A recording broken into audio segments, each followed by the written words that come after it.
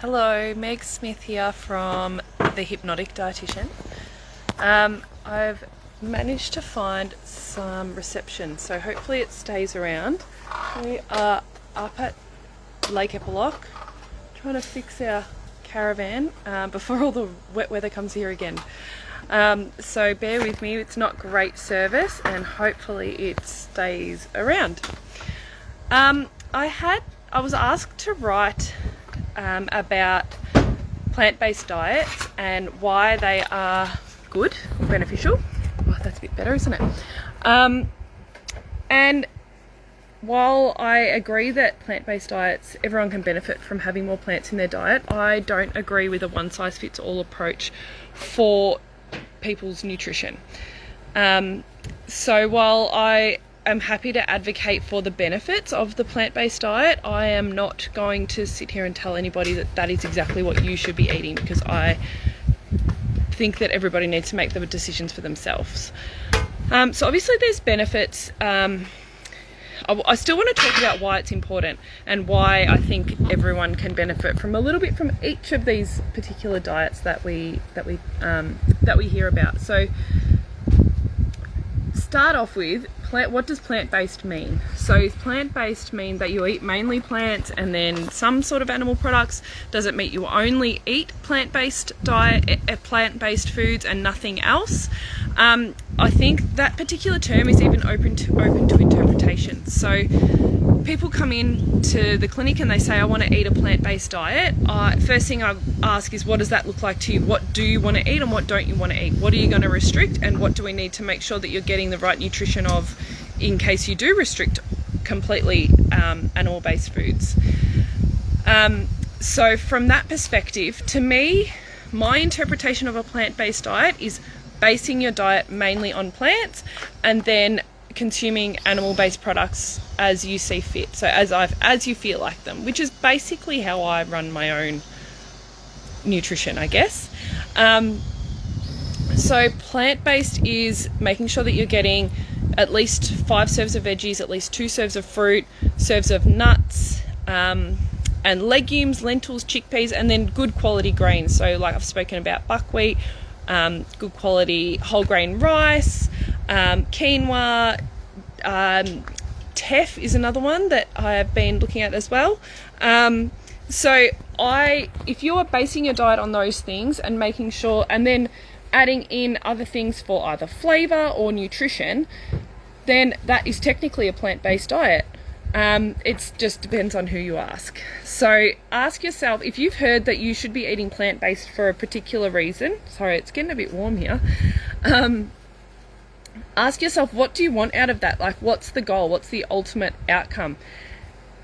Increasing the plants in your diet is going to automatically increase the automatically increase the fibre in your diet, because you're going to be consuming more plant-based foods, which is where all the fibre in our food is found. Fibre feeds the good bacteria in your gut, helps get your motions back to normal. Also increasing the fibre in your diet is also going to help to reduce the cholesterol reabsorption as well. So if you're looking out for cholesterol, then that's something to think about. And also it helps with blood sugars, and it also definitely helps with keeping you feeling fuller. So there are many, many benefits to basing your diet on plants. And I guess, what does that look like in a day-to-day world? At breakfast, that might be having a smoothie and adding greens to your smoothie, or making sure that you're having fruit in the morning with your breakfast. It could be, if you want a cooked breakfast, it could be cooking up mushrooms and spinach and tomatoes and having them on toast. Or if you want mainly plants and you're happy to still have animal foods, it could be adding those foods to an omelette or having them on a side with avocado and also with an egg or something like that.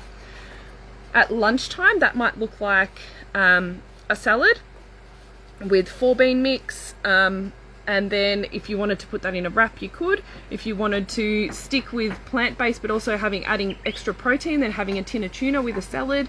It could be leftovers from the night before, so it could be that you're reheating a plant-based meal from the night before, so you're having extra veggies in your whatever it is that you would normally have at lunchtime.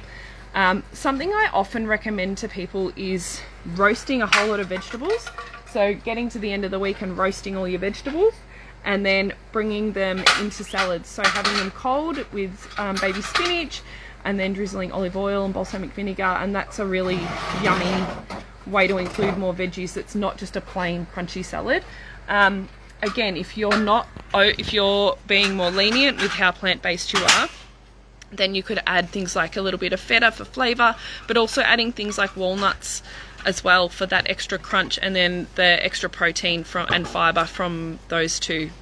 And then at dinner time, it would be basing your meal on vegetables. So making sure that whatever you're eating is half, and I bang on about this all the time, half your meal should always be vegetables, a quarter of it protein, and then the other quarter carbohydrates. So if you're doing that anyway, usually the carbohydrate and the fiber are carbohydrate and the veggies are going to be plant-based foods anyway, so it's only your choice of protein that will change that. If you're generally going by these principles, then most of your diet would be based on plants, and then therefore you would still be getting the benefit from that.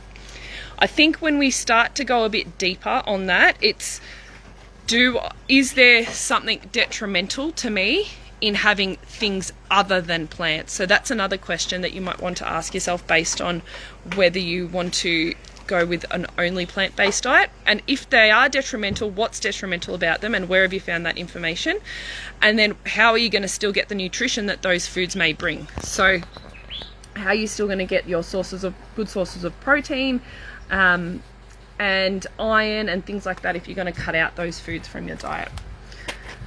I'm going to leave it there today. This will be on Instagram too, so if you wanted to watch it over there or if you want to comment over there, that's fine as well.